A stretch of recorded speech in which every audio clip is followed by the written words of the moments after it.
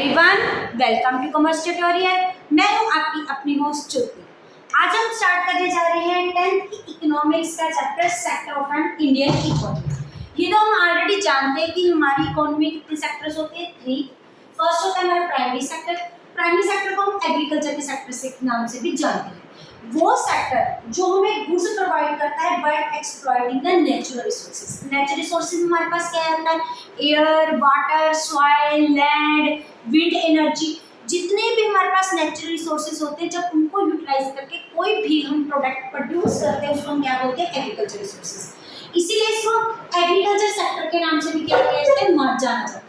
और ये sector normally हमें क्या प्रोवाइड करता है? रॉ मटेरियल प्रोवाइड करता है किसी भी प्रोडक्ट को किसी दूसरे, ताकि उसकी हेल्प से हम प्रोडक्शन को आगे कंटिन्यू कर सकें। इसको हम basis of sector of economy भी बोलते हैं, क्योंकि ये सेक्टर रॉ मटेरियल प्रोवाइड करता है जिसकी हेल्प से अदर सेक्टर के हेल्प से उस प्रोडक्ट को हम फिनिश गुड्स में कन्वर्ट करने में क्या होती है? हमारी हेल्प होती है। जैसे एक छोटी सी एग्जांपल लेते हैं, एनिमल्स है।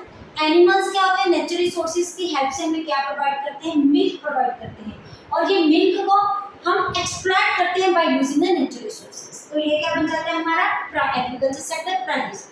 कोई भी क्रॉप है, जैसे कि कॉटन के क्लोथ्स है, कॉटन के क्लोथ्स बनाने के लिए हमें कॉटन कहाँ से मिल जाती है?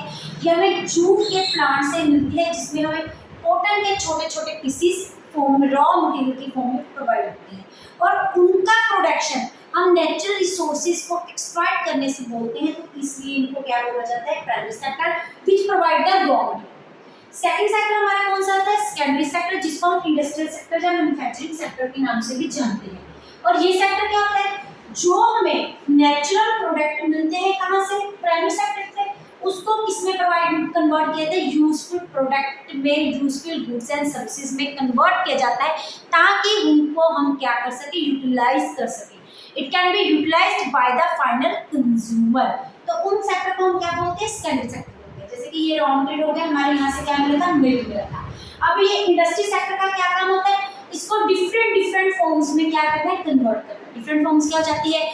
चीज हो जाती है, हमारा घी हो जाता है, बटर हो जाता है, कर्ड हो जाती है, जितने भी को डिफरेंट फॉर्म्स में कन्वर्ट करना। या फिर हम अगर जूट की बात करते हैं, जूट के प्लांट से हम उसको स्पिनिंग करके, योनिंग करके उसको हम किसमें कन्वर्ट करते हैं? कॉटन के क्लॉथ में कन्वर्ट करते हैं, जिसका डायरेक्ट यूज किया जाता है बाय द ह्यूमन बीइंग्स। तो it means it use the raw material, इनको बोलते हैं it convert the natural product. Natural product हमारा कौन सा हो गया? Raw material into a useful product which can be consumed by the consumer. तो ये सारा हमारा जो प्रोसेस है इसमें चलता है, इंडस्ट्रियल सेक्टर में चलता है, तो इसीलिए इसको सेकेंडरी सेक्टर में भी बोला जाता है। इनके जो रिलेशन को हम एक छोटी सी इक्वेशन से भी कन्वर्ट शो डाउन कर सकते हैं। सबसे पहले हमारे पास क्या होता है? Raw material. रॉ मटेरियल में कौन सा सेक्टर प्रोवाइड करता है? Primary sector. उसके बाद इसमें क्या की जाती है? हमें प्रोसेसिंग। जो प्रोसेसिंग का काम है वो कौन सा सेक्टर करता है? हमारा इंडस्ट्रियल सेक्टर। फिर उसके बाद इससे हम क्या बनाते हैं? यूजफुल प्रोडक्ट बनाते हैं। यूजफुल प्रोडक्ट मतलब final goods and services. Third sector क्या रहता है? Tertiary sector. टर्शियरी सेक्टर कौन सा बोलते हैं हम? Service sector. वो सेक्टर जो सर्विसेज प्रोवाइड करता है। किनको प्रोवाइड करता है? To both the sector. Both the sector मतलब कौन सा गया? Primary sector as well as secondary sector. उसको क्या बोलते हैं? Tertiary sector. अब ये देखो, यहाँ पे हमारे पास जूट के कॉटन हमने अलग अलग करके ऐसे रॉ मटेरियल तैयार कर, लेकिन अब उनको हमें इंडस्ट्री में भेजना है, ताकि उसमें क्या की जाएगी? उसको कन्वर्शन की जाए, उसके ऊपर प्रोसेसिंग की जाए। अब एक जगह से दूसरी जगह पे पहुंचाने के लिए हमें कौन सी सर्विस चाहिए होती है? Transport service. और ट्रांसपोर्ट सर्विस कौन सी प्रोवाइड करता है? Tertiary sector. अब टर्शियरी सेक्टर वो सेक्टर होता है जिनकी हेल्प से हम कोई भी गुड्स एंड सर्विसेज में प्रोडक्शन नहीं करते, लेकिन ये क्या होता है? फिर भी सपोर्टिव सिस्टम होता है। किसका सपोर्टिव सिस्टम होता है? Primary as well as tertiary sector. इसमें हर टाइप की क्या रहती है? सर्विसेज आ जाती है। जैसे बिजनेस स्टार्ट करने के लिए, कोई भी इंडस्ट्री लगाने के लिए हमें क्या चाहिए होता है? लोन। लोन लेने के बाद हम किसके पास जाते हैं? बैंक के पास। तो ये क्या होगी? हमारी बैंकिंग सर्विसेज। पढ़ने के लिए teaching services, doctor services, which are the backbone of the our economy. आजकल जो हमारी इकोनॉमी का मेन बैकबोन माना जाता है वो कौन सा है? Tertiary sector. तो these are the 3 more important sector. अब ये जो तीनों सेक्टर होते हैं ये क्या होते हैं? एक दूसरे पे क्या होते हैं? इंटरडिपेंडेंट होते हैं। Primary sector, secondary sector as well as tertiary sector, ये एक दूसरे पे क्या होते हैं? डिपेंडेंट होते हैं। क्योंकि प्राइमरी सेक्टर इसको क्या प्रोवाइड करता है? Raw material. जब नेचुरल प्रोडक्ट और जिसकी हेल्प से वो उसको किस में कन्वर्ट करते हैं, फिनिश गुड में कन्वर्ट करते हैं। अब टर्शियरी सेक्टर क्या होता है, इन दोनों में क्या क्रिएट करते हैं, लिंक क्रिएट करता है by providing the services. Services यहाँ से सामान यहाँ तक पहुँचाना, फैक्ट्री तक पहुँचाना, फैक्ट्री से लेकर सारा सामान कहाँ तक पहुँचाना, कस्टमर तक पहुँचाना। Both the terms are interrelated to each other. हमारा सेकंड मेन जो इम्पोर्टेंट टॉपिक है इसका वो है कंपेयरिंग द दीज सेक्टर। इन तीन सेक्टर्स का आपस में कंपैरिजन कैसे किया जाता है। तीनों सेक्टर का आपस में कंपैरिजन करने के लिए हमारे पास जो मेन बेसिस होती हैं, एक होती है टोटल प्रोडक्शन, किसी प्रोडक्शन गुड्स एंड सर्विसेज। इसमें टोटल प्रोडक्शन हम अमाउंट में भी लेते हैं, प्लस हम इसमें भी लेते हैं क्वांटिटी में लेते हैं कि ड्यूरिंग द ईयर हमारी इकोनॉमी में किस सेक्टर ने कितनी गुड्स एंड सर्विसेज प्रोवाइड की। अगर किसी ने रॉ मटेरियल प्रोवाइड किया तो कितना प्रोवाइड किया, अगर किसी ने फिनिश्ड प्रोडक्ट प्रोवाइड किया तो कितनी क्वांटिटी में प्रोवाइड की, कितनी अमाउंट में प्रोवाइड की। और टर्शियरी सेक्टर ने अगर सर्विसेज प्रोवाइड की, कितनी परसेंटेज फॉर्म में सर्विसेज प्रोवाइड की और कितनी अमाउंट में प्रोवाइड की। सेकंड, एम्प्लॉयमेंट जनरेशन, किस सेक्टर से कितनी एम्प्लॉयमेंट जनरेट हो रही है, सबसे ज्यादा लोग किस सेक्टर में इन्वॉल्व हैं जो which can contribute our GDP. अब इसका कंपैरिजन करने के लिए हम ना एक बेसिक मेथड, अब कंपैरिजन करने के लिए एक पर्टिकुलर बेसिस भी चाहिए होगा भी इन सेक्टर्स का गुड्स एंड प्रोडक्शन का अगर हमने कंपैरिजन करना है तो किस बेसिस पे किया जाए।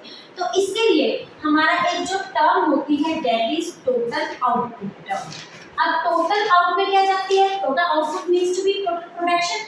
अब प्रोडक्शन हम क्वांटिटी की फॉर्म में भी करते हैं, प्रोडक्शन हम टोटल कॉस्ट की भी, टोटल अमाउंट की फॉर्म में भी करते हैं। इसमें क्या होता है, हम क्वांटिटी को टेक इनटू अकाउंट नहीं करते। कितनी amount of goods and services in amount in rupees, कितनी amount of goods and services produce की जा रही है during the economy within a particular period of time, that is our method to take the estimation of final goods and services, जिसके basis पे हम क्या करते हैं, कंपैरिजन करते हैं। अब उससे पहले आप इनका स्क्रीनशॉट लेना चाहते हैं तो ले सकते हैं। इस कंसेप्ट को समझने के पहले हम ये देखेंगे, सपोज थोड़ा एक छोटी सी हम एग्जांपल लेते हैं। हमें दो कंसेप्ट समझने पड़ेंगे, एक हमारे पास होती है फाइनल गुड्स, दूसरी हमारे पास क्या होती है, इंटरमीडिएट गुड्स। अब सपोज करो हम क्या प्रोडक्शन करने जा रहे हैं, एक साथ में एक एग्जांपल ले रहे हैं। We are producing the bread from wheat. Wheat मतलब क्या होती है, कणक।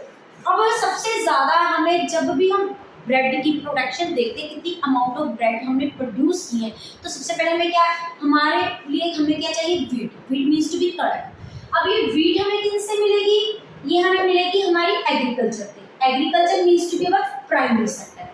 फिर उसके बाद व्हीट की स्पिनिंग करके, उसकी ग्राइंडिंग करके, उसमें से सारा वेस्टेज प्रोडक्ट अलग करके, उसके ऊपर प्रोसेसिंग करके उसको किसमें कन्वर्ट किया जाता है, अलग अलग प्रोसेसेस में ब्रेड के।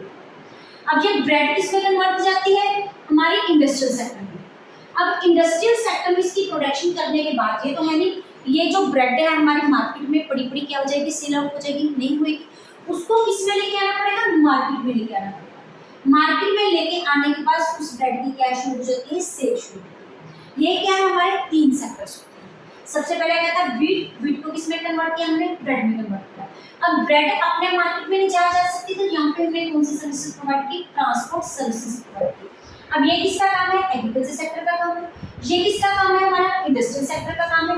ये किसका काम है, हमारा टर्शियरी सेक्टर। जब भी हमने इस ब्रेड की वैल्यूएशन देखनी है, टोटल अमाउंट, तो हमने डायरेक्ट इसकी कौन सी वैल्यू लेनी है, मार्केट वैल्यू लेनी है। वो प्रोडक्ट, वो ब्रेड हमें मार्केट में एक कितने रुपीस की पड़ी, 4 रुपीस, उसका हमारी कितने रुपीस की पड़ी, हमारी 55 रुपीस। जब हमने यहाँ पे व्हीट प्रोड्यूस किया तो व्हीट कितने का प्रोड्यूस किया था हमने, वी कैन से 10 का। इसमें हमने प्रोसेसिंग की, ऐड की, सारी प्रोसेसिंग वगैरह की, यहाँ पे ग्राइंडिंग की चार्जेस लगा के कितने रुपीस के चार्जेस है, 20 रुपीस। तो यहाँ पे प्रोडक्ट कितने पे पड़ गई, 30 rupees.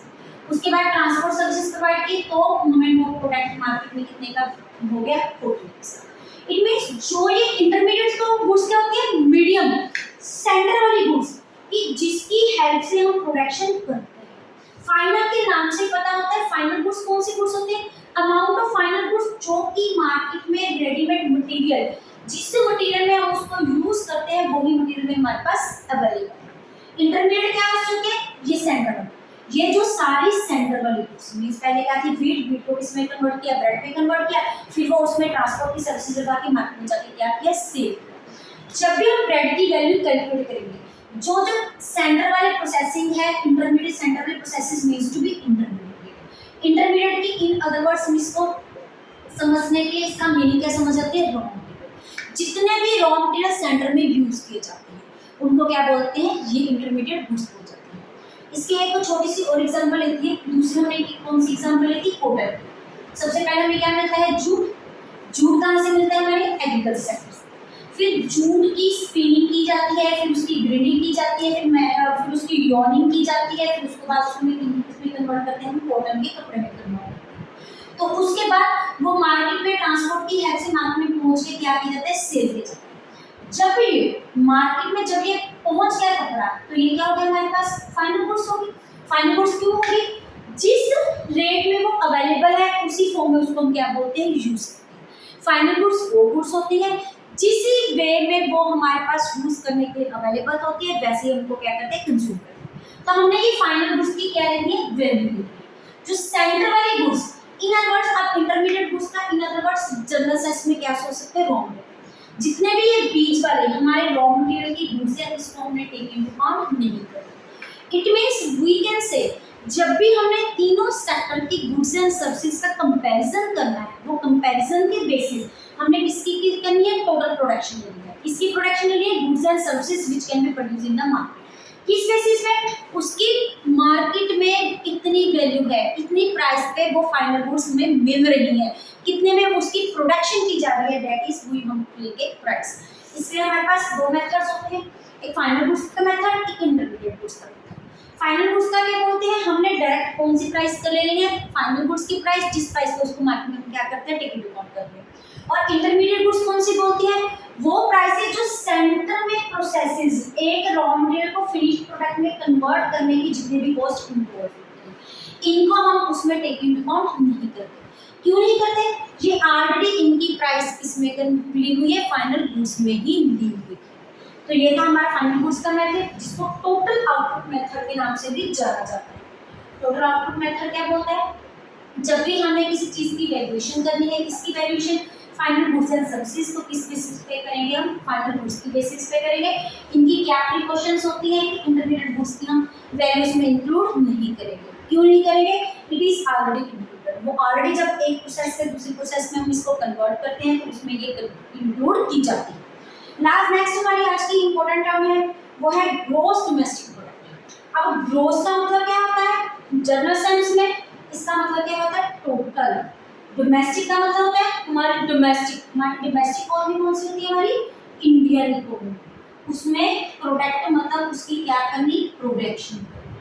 It means it is the value of intermediate goods को लेनी, value of goods and services. कौन सी गुड्स एंड सर्विसेज, हमारी final goods and services which is produced, जो हम क्या करें, प्रोड्यूस करें विद इन द कंट्री। कौन सी कंट्री होगी, हमारी डोमेस्टिक कंट्री। डोमेस्टिक कंट्री हमारी कौन सी होगी, Indian country. During and period of time, during the period of हमारा टाइम क्या हो जाएगा, हमारा ड्यूरिंग 1 ईयर, 1 साल के बीच में हम total value of goods and services, कौन सी गुड्स एंड सर्विसेज, हमारी फाइनल गुड्स एंड सर्विसेज। क्योंकि जब भी हम वैल्यूएशन करते हैं किस बेसिस करते हैं, फाइनल गुड्स के बेस पे करते हैं, इंटरमीडिएट गुड्स के बेस पे नहीं करते। Which can be produced within the domestic territory. Domestic मतलब हमारी country during the year. This is known to be gross domestic product, और इसको शॉर्ट फॉर्म में जीडीपी के साथ भी शो किया जाता है।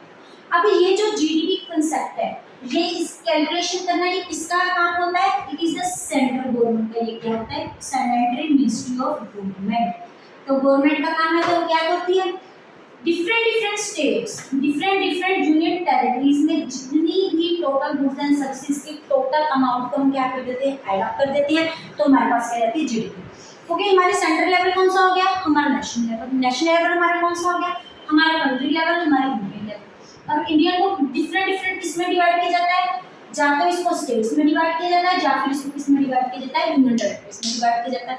तो विद इन द स्टेट हम कितनी टोटल प्रोडक्शन कर रहे हैं, with in the union territories हम कितनी टोटल प्रोडक्शन कर रहे हैं। जब हम उसको ऐड अप कर देंगे तो हमारे पास क्या आ जाएगा, जीडीपी। अगर आप इनका स्क्रीनशॉट लेना चाहते हैं तो ले सकते हैं। इसी के साथ हमारा आज का सेशन खत्म होता है। वीडियो अच्छी लगे इसको लाइक करें, ज़्यादा से ज़्यादा शेयर करें, चैनल को सब्सक्राइब करना ना भूलें। Thank you, have a